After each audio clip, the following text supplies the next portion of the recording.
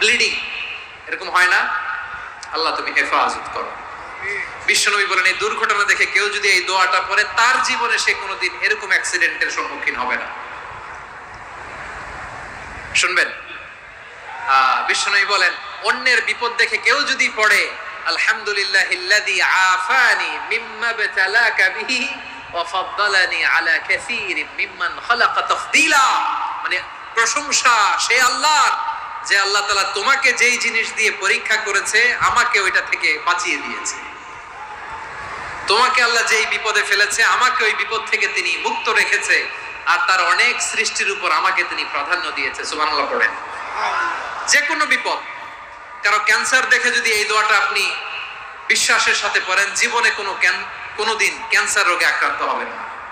দুর্ঘটনা দেখে যদি পড়েন ওই দুর্ঘটনা আপনাকে স্পর্শ করবে না। যে কোনো কারো বিপদ দেখে যদি কোনো বিশ্বাসী বান্দা এই দোয়া পড়ে বিশ্বনবী বলেন লাম ইউসিবহু যালিকাল বালা, ওই বিপদ তাকে আর ধরবে না।